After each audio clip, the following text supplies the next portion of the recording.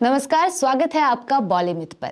दोस्तों, टीवी की दुनिया का सबसे संस्कारी तूफान क्योंकि सास भी कभी बहू थी एक बार फिर पूरी रफ्तार में है। लीप आया, कहानी बदली, लेकिन ड्रामा वो तो पहले से भी ज्यादा एक्स्ट्रा हो गया है।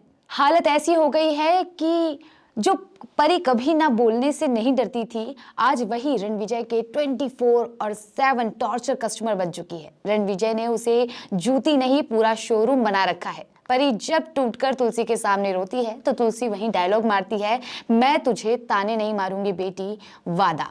और तभी दर्शकों को उम्मीद की किरण दिखाई देती है। वहीं ऋतिक मुन्नी फ्लैशबैक मोड में ऑन हो जाते हैं।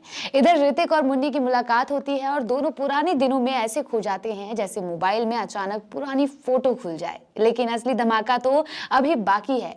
नयना का प्लान स्टार्ट भी नहीं होता, फेल भी नहीं। नयना एक बार फिर मिहिर को पटाने का सपना देखती है, लेकिन मिहिर वो तो बिना कुछ बोले, बिना मुड़े सीधे तुलसी के पास पहुंच जाता है। मतलब नयना का प्लान अपलोडिंग फेल्ड। जेल से बाहर आया रणविजय, अब होगा असली बवाल। खबर पक्की है, रणविजय जेल से बाहर आने वाला है और आते ही वो सीधे शांति निकेतन पहुंच जाएगा। रणविजय को सामने देखकर परी ऐसे कांपेगी जैसे बिजली का बिल देखकर आदमी कांप जाता है इन दिनों।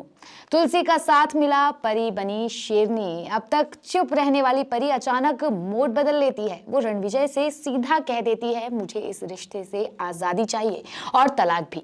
मतलब साफ है, अब परी डोरमैट नहीं, डायरेक्ट नोटिस पेपर बन चुकी है। परी के तेवर देखकर रणविजय का दिमाग ऐसे हैंग हो जाता है, उसे याद आ जाता है कि परी उसके लिए क्या है, अंडा देने वाली मुर्गी। और वो गुस्से में वो कर बैठता है जो किसी विलेन को शो में नहीं करना चाहिए। मिहिर के सामने परी पर हाथ उठा देता है।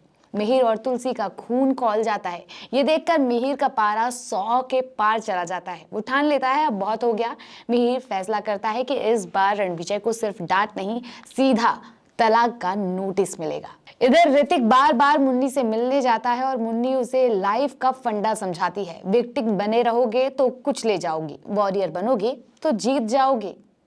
अब आगे क्या? क्या परी सच में रणविजय से आजाद हो पाएगी? क्या मिहिर इस बार सच में इंसाफ दिलाएगा? और क्या रणविजय की उल्टी गिनती शुरू हो चुकी है? जानने के लिए जुड़े रहिए हमारे चैनल से, क्योंकि सास भी कभी बहू थी में ड्रामा कभी ब्रेक नहीं लेता।